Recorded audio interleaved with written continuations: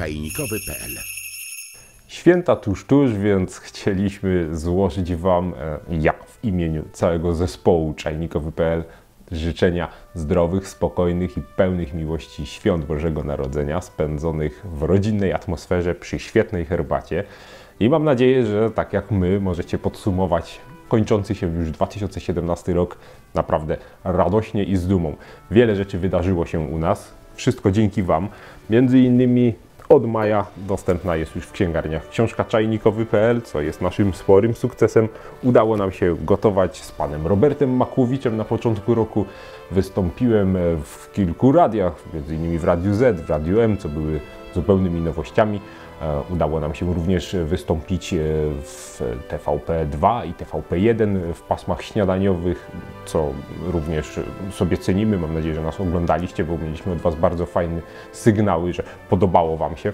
Jesteśmy z siebie dumni i z Was przede wszystkim jesteśmy dumni, bo to dzięki Wam rozwija się nasz kanał i nasz portal. Jest coraz więcej wejść, wyświetleń i nadajecie sens naszej pracy. Bardzo się cieszymy z tego, że dzięki Wam możemy robić to, co naprawdę kochamy i możemy się rozwijać, więc bardzo Wam dziękujemy i chcielibyśmy pokazać Wam, jak zawsze tradycyjnie, jakiś przepis na świąteczną herbatę, którą będziecie mogli przygotować w domu dla bliskich.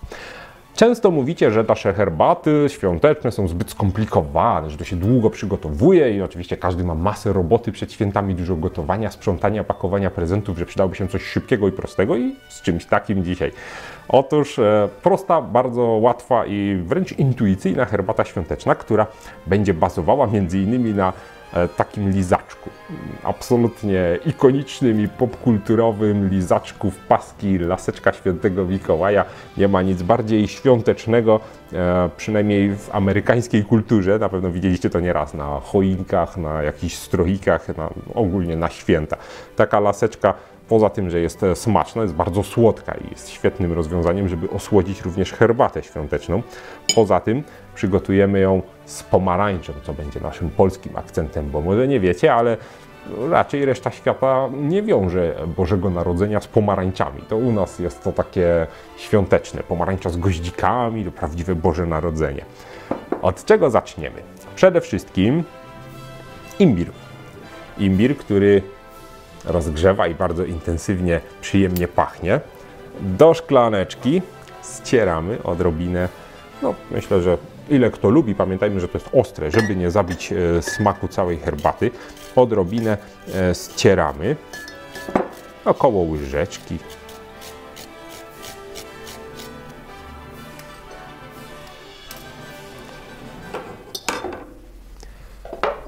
I teraz zaparzamy herbatę. Użyjemy sitka, żeby było prosto i łatwo.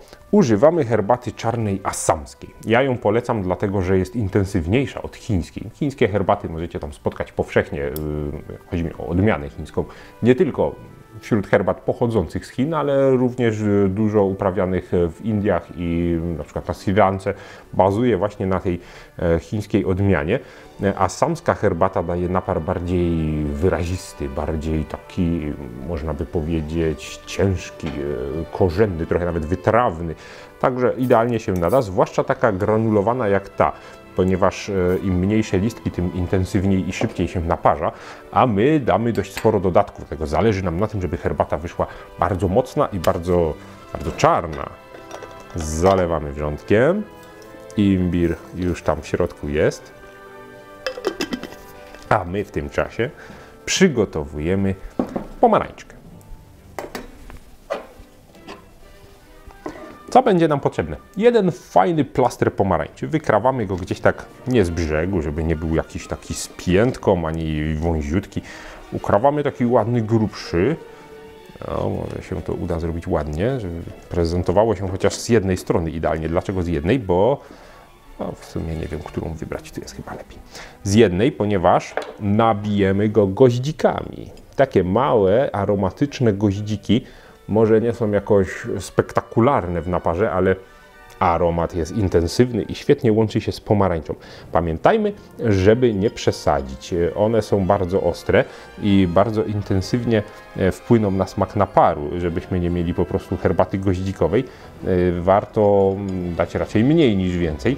Ja polecam około 4, maksymalnie 5 goździków, zakładając, że w miarę szybko to wypijemy, ponieważ z każdą chwilą będzie coraz bardziej goździkowe. O, w ten sposób. Do tego laska cynamonu, która również da aromat, ale też będzie świetnie świątecznie wyglądała. Herbata parzy się szybko, odcedzamy. Mamy herbatę z imbirem. Do tego może na początek miód dla posłodzenia.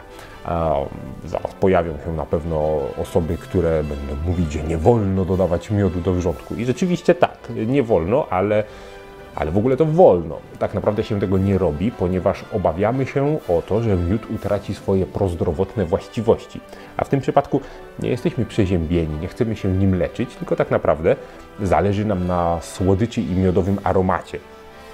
No bardzo się kojarzy z korzennymi herbatami i ten aromat oraz słodkość zostaną, mimo że herbata jest gorąca. Może rzeczywiście ten miód nie będzie jakoś nas leczył z przeziębienia, ale nie o to tym razem chodzi. Pamiętajcie, jeżeli chcielibyście użyć miodu prozdrowotnie, wtedy warto albo go w chłodnej wodzie rozpuścić, przynajmniej takiej ciepłej, w temperaturze pokojowej, albo po prostu zjeść łyżką, czy na przykład zrobić sobie kanapkę z miodem, czy coś takiego, czy w jakiejkolwiek innej formie, ale nie w gorącej herbacie.